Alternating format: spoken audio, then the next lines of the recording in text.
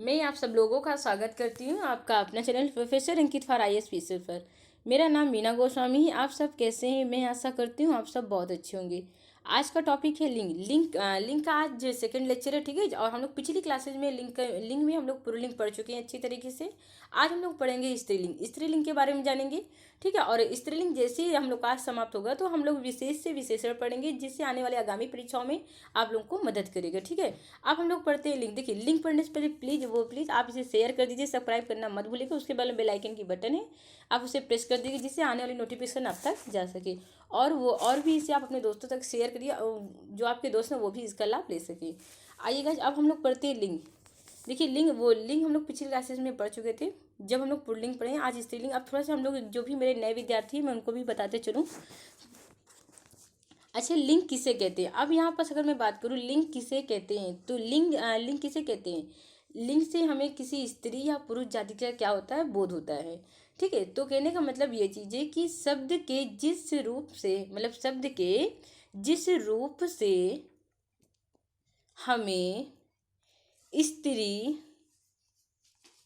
स्त्री या पुरुष जाति का बोध होता है। किसका होता है? पुरुष जाति का बोध होता है।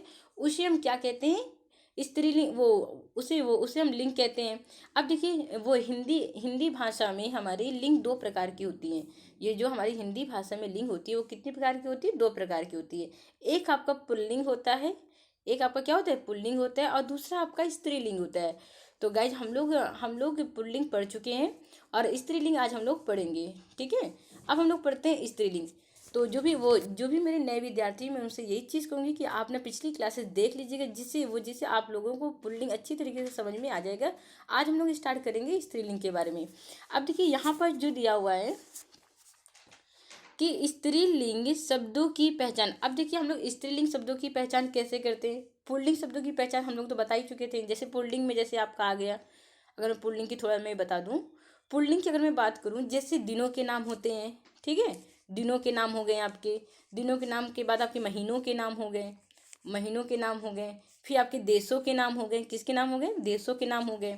फिर यहाँ पास हो गए आपके ग्रहों के नाम हो गए, पर्वतों के नाम हो गए, ठीक है। और वृक्षों के नाम हो गए, धातुओं के नाम हो गए, अनाजों के नाम। तो ये सब जो होते हैं आपकी पुल्लिंग होते हैं। ये क्या होते हैं? पुल्लिंग होते हैं। जैसे दिनों में आपकी कौन कौन से दिन है? सोमवार, मंगल और बुधवार।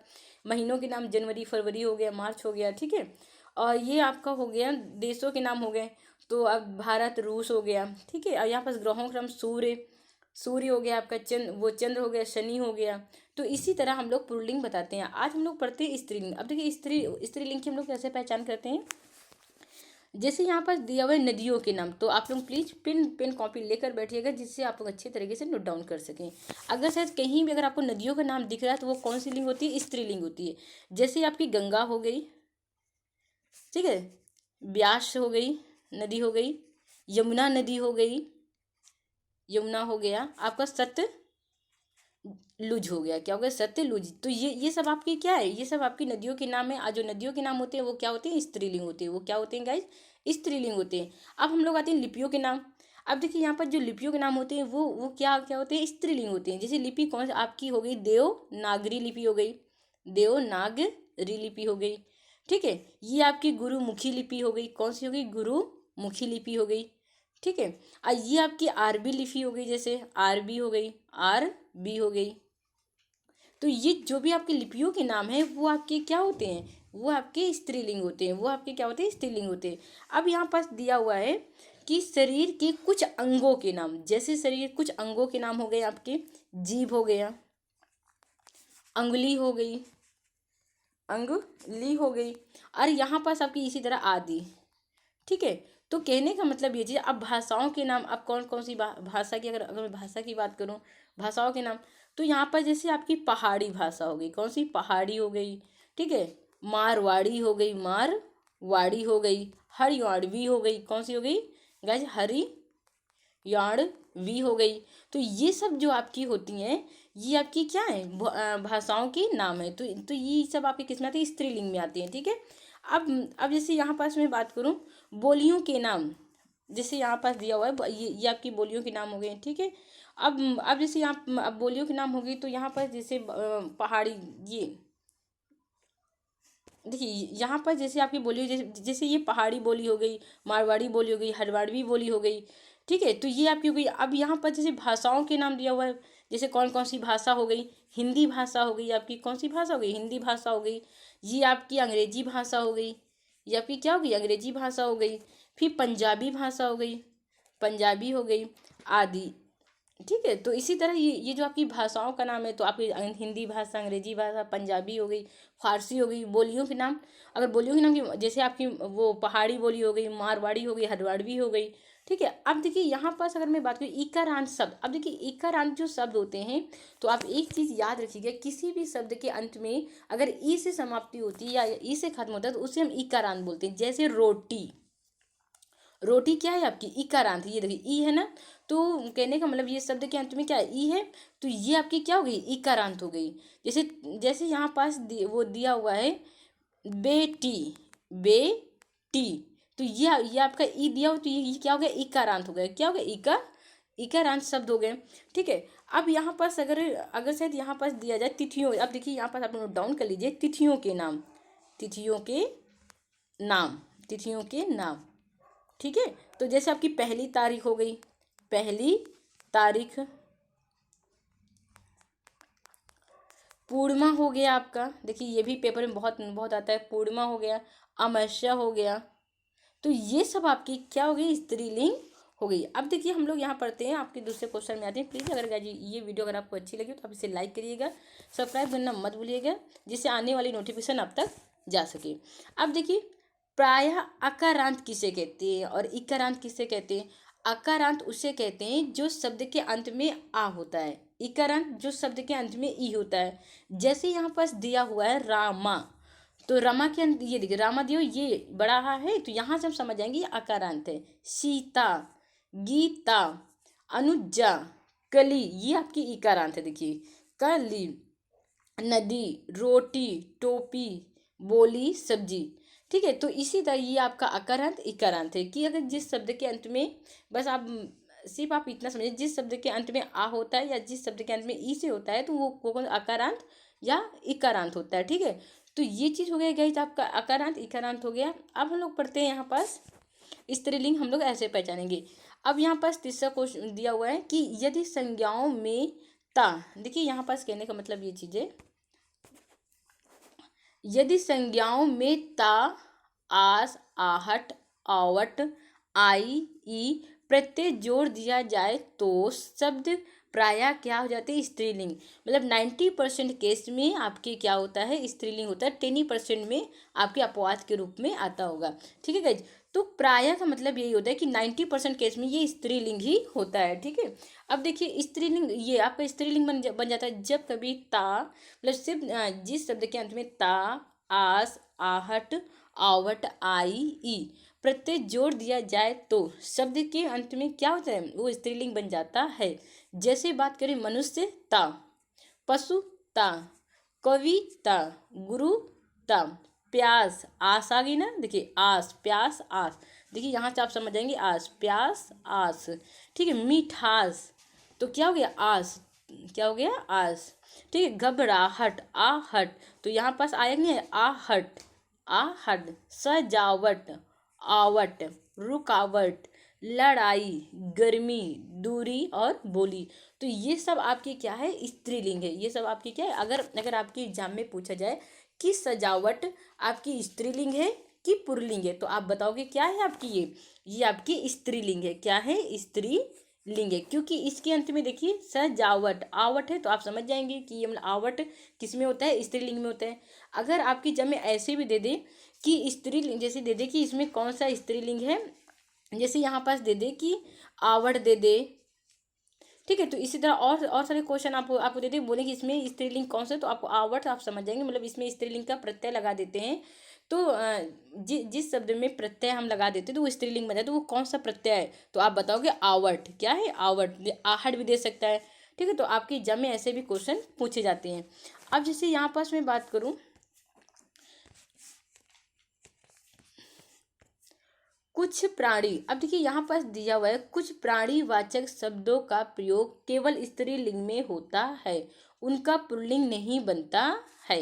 कहने का मतलब ये चीज़ है कि कुछ प्राणीवाचक शब्दों का प्रयोग केवल किस में होता है, स्त्रीलिंग में होता है, ठीक है, उनका पुल्लिंग नहीं बनता है। जैसे जैसे आपकी सेना हो गई, जैसे आपकी क्या हो गई, सेना, सेना हमेशा वो हमेशा क्या क्या होती है, स्त्रीलिंग होती है। क्या होती है वो, सॉरी, पुल स्त्रीलिंग होती है, हाँ स्त्रीलिंग होती है, वो हमेशा क्या होती है, स्त्रीलिंग। जैसे सरकार, तो आपके दिमाग में ये चीज़ हो कि नहीं, वो नहीं मैम, ये मतलब पुल्लिंग है सरकार, नहीं, ये स्त्रीलिंग है। जिसमें मतलब आपको शक्ति या पावर हो, तो आप ये चीज़ समझ लीजिएगा, वो हमेशा स्त्रीलिंग होती है। जैसे पुलिस, तो आपके दिमाग बच्चे बच्चे इसमें कंफ्यूज हो जाते हैं कि पुलिस पुल्लिंग होगा, नहीं ये स्त्रीलिंग है, क्योंकि इनके पास क्या है, पावर है। तो आप इसे अच्छे तरीके से ये समझ सकते हो कि जिसमें मतलब पावर होती है, जिसमें शक्ति होती है, वो हमेशा स्त्रीलिंग होती है। आप चाहे उस वो आप ये भी मतलब बोल सकते हैं कि मैम इसमें तो पुरुष ही काम करते हैं, या तो मतलब पुलिस है, तो यहाँ पर जैसे मतलब यहाँ पर जो अंडर होता है पुलिस का, तो उसमें पुलिस ही काम मतलब इस पुरुष भी काम करते हैं। तो यहाँ पर नहीं, जिसके पास पावर या अथॉरिटी होती है वो मतलब किस में आती है, स्त्रीलिंग में आती है। तो आप इतना याद रखिएगा। संतान हो गया आपका, ठीक है, जैसे आपका यहाँ पास, और आप लोग नोट डाउन कर लीजिए, संसद हो गया आपका, क्या हो गया, संसद हो गया। जिसके पास पावर है तो आप ये समझिएगा वो स्त्रीलिंग है। बस इतना अपने अपने दिमाग में रख लीजिएगा। सभा हो गया, ठीक है, समिति हो गई, तो ये सब आपकी क्या होती है, स्त्रीलिंग। मतलब सेना, सरकार, पुलिस और संतान आदि, जैसे ये संसद हो गया आपका, सभा हो गया, ये सब आपकी क्या है, स्त्रीलिंग हो गई। जैसे प्राणियों में कुछ सदैव स्त्रीलिंग होते हैं। अब जैसे यहाँ पर देखिए प्राणियों में भी सदैव, जैसे ये आइए आपका दिया हुआ चील हो गया, चील, बतख, बटेर, जूं, मछली, गिलहरी, तितली, जोक, मैना, कोयल आदि, ठीक है। तो कहने का मतलब ये चीज़ है कि ये जो आपका दिया दिया होगा कि कुछ जो यहाँ पास प्राणियों के कुछ सदैव जो स्त्रीलिंग होते हैं वो उनके बारे में बताया गया है। अब अगर शायद यहाँ पास बात किया जाए, देखिए अगर शायद हमें कोई चीज़ बताना होगा, या तो हम नर या मदा करके बताएंगे, तो यहाँ पास जैसे मैं अभी आपको आगे चल के डिफाइन कर दूंगी कैसे कैसे इसको आप पहचानेंगे। अब देखिए यहाँ पास दिया हुआ है कि प्रायः पुल्लिंग शब्द में प्रत्यय जोड़कर स्त्रीलिंग बनाया जाता है। मतलब कि हम क्या करते हैं कि यहाँ पास पुल्लिंग में हमेशा प्रत्यय लगाकर हम क्या बना देते हैं, स्त्रीलिंग बना देते हैं। क्या बना देते हैं, स्त्रीलिंग बना देते हैं। जैसे छात्र से क्या क्या बन गया, छात्रा। पूज्य से क्या बन गया, पूज्य। तो यहाँ पास आ का वो लगा है प्रत्यय, लगा कि नहीं लगा है, आ का प्रत्यय लगा है यहाँ पास। इसी तरह जैसे प्रायः हम बात करें, ई का प्रत्यय लगाने से स्त्रीलिंग बनता है। मतलब अगर शायद हम लोग पुल्लिंग में अगर शायद हम प्रत्यय जोड़ देते हैं तो वो स्त्रीलिंग बन जाता है। जैसे लड़का का लड़की, की ई का प्रत्यय लगा हुआ है। बेटा का बेटी, ई का प्रत्यय लगा हुआ है। नर का नारी, ई का प्रत्यय लगा हुआ है। ठीक है गाइज, तो इस तरह हम लोग स्त्रीलिंग पहचानते हैं। अब जैसे यहाँ पर दिया हुआ है कि ईया जोड़कर, देखिए ईया जोड़कर कैसे हम लोग बनाते हैं, बंदर का बंदरिया, बूढ़ा का बुढ़िया, ईया, चूहा का चूहिया। तो इसमें हमने ई का प्रत्यय लगा के हमने स्त्रीलिंग बना दिया। किसका प्रत्यय लगा के गाइज, ई का प्रत्यय लगा के, ठीक है, ईया का, किसका, ईया का। अब देखिए नी को जोड़कर कैसे बनाते हैं, शेर का शेरनी होता है, मोर से मोरनी बनता है, ठीक है गाइज। अब देखिए यहाँ पास दिया हुआ है आपका आनी जोड़कर कैसे हम लोग, जैसे आनी का प्रत्यय मतलब जोड़कर हम लोग स्त्रीलिंग कैसे बनाते हैं। देवर का देवरानी, आनी आ रहा है। जेठ का जेठानी, आनी आ रहा। भाव का भवानी। तो इसमें हमने आनी का प्रत्यय लगा के हमने स्त्रीलिंग बना दिया, ठीक है। अब देखिए यहाँ पास दिया हुआ है आइन। देखिए हम लोग आइन को जोड़कर कैसे, जैसे पंडित होता है, पंडित से पंडिताइन, आइन मतलब आइन का प्रत्यय लगा के हम लोग स्त्रीलिंग बना देते हैं। ठाकुर का ठकुराइन, आइन लगाकर हम लोग क्या करते हैं, स्त्रीलिंग बना देते हैं। अब जैसे इन को जोड़कर कैसे, माली का मालिन, नाग का नागिन, इन। तो इसमें प्रत्यय कौन सा लगा है, इनका प्रत्यय लगा के हम लोग स्त्रीलिंग बना देते हैं। तो हम लोग समझ जाते हैं ये कौन सी लिंग है, स्त्रीलिंग है, ठीक है। और यही सबसे आसान तरीका है। आप लोग इसे अच्छे से नोट डाउन कर लीजिएगा, जिससे आप लोगों को आगामी परीक्षाओं में सिर्फ रिवीजन करना होगा। अच्छे से रिवीजन करके अपने एग्जाम को क्वालिफाई करिएगा। अब देखिए यहाँ पर दिया हुआ है अक की जगह इका जोड़ देते हैं। अक की जगह क्या जोड़ देते हैं, इका। जैसे गायक होता है, गायक आपका क्या है, पुल्लिंग है। और गायिका आपकी क्या है, स्त्रीलिंग है। इका जोड़ देते हैं, तो वही कह रहा कि अक की जगह पर हम इका जोड़ने से स्त्रीलिंग बन जाता है। क्या बन जाता है? स्त्रीलिंग बन जाता है। क्या बन जाता है? ये आपका स्त्रीलिंग बन जाता है। इका जोड़ देने से क्या बन जाता है? स्त्रीलिंग बन जाता है। अभिनेता से अभिनेत्री, ठीक है। अब इसी तरह यहाँ पास दिया हुआ है कि मान की जगह जब जब मान की जगह मति जोड़ देते हैं या वान की जगह वती जोड़कर प्रत्यय, मतलब प्रत्यय में जोड़कर बनाते हैं, तो वो स्त्रीलिंग में, जैसे श्रीमान तो श्रीमती, तो श्रीमती आपकी क्या हो गई? स्त्रीलिंग हो गई। कौन सी हो गई? स्त्रीलिंग हो गई। और श्रीमान आपके पुल्लिंग हो गए। गुणवान तो गुणवंती, गुणवंती मतलब ये आपकी स्त्रीलिंग हो गई। क्या हो गई? स्त्रीलिंग हो गई। ठीक है गाइज। अब यहाँ पर हम लोग आते हैं कि ता के स्थान पर त्रि जोड़कर हम लोग वो स्त्रीलिंग बनाते हैं। मतलब ता के स्थान पर जब हम लोग त्रि जोड़ देते हैं, ठीक है, तो वो क्या बन जाता है? आपका स्त्रीलिंग बन जाता है। जैसे दाता होता है तो दात्री, त्रि ये आपका क्या है? स्त्रीलिंग है। कवि, कवित्री, तो ये मतलब गाइज में आपके स्त्रीलिंग, ये स्त्रीलिंग के बारे में ये मैंने पूरा आपको डिफाइन कर दिया। आप अच्छे तरीके से इसका रिवीजन करिएगा, ठीक है, और रिवीजन करके अच्छे तरीके से आप लोग अपना एग्जाम क्वालिफाई करिएगा। हाँ, और एक थोड़ा आप इसे नोट डाउन कर लीजिए। जैसे जैसे यहाँ पर एग्जाम में बहुत पूछा जाता है, विद्वान का स्त्रीलिंग क्या होता है। जैसे विद्वान का स्त्रीलिंग क्या होता है? विदुषी होता है। क्या होता है? तो ये एग्जाम में बहुत ज़्यादा पूछा जाता है। तो अब ये भी मतलब दे सकते हैं कि विद्वान का जैसे स्त्रीलिंग क्या होता है? विदिशी होता है, ठीक है। नर का मदा होता है, नर का मदा होता है।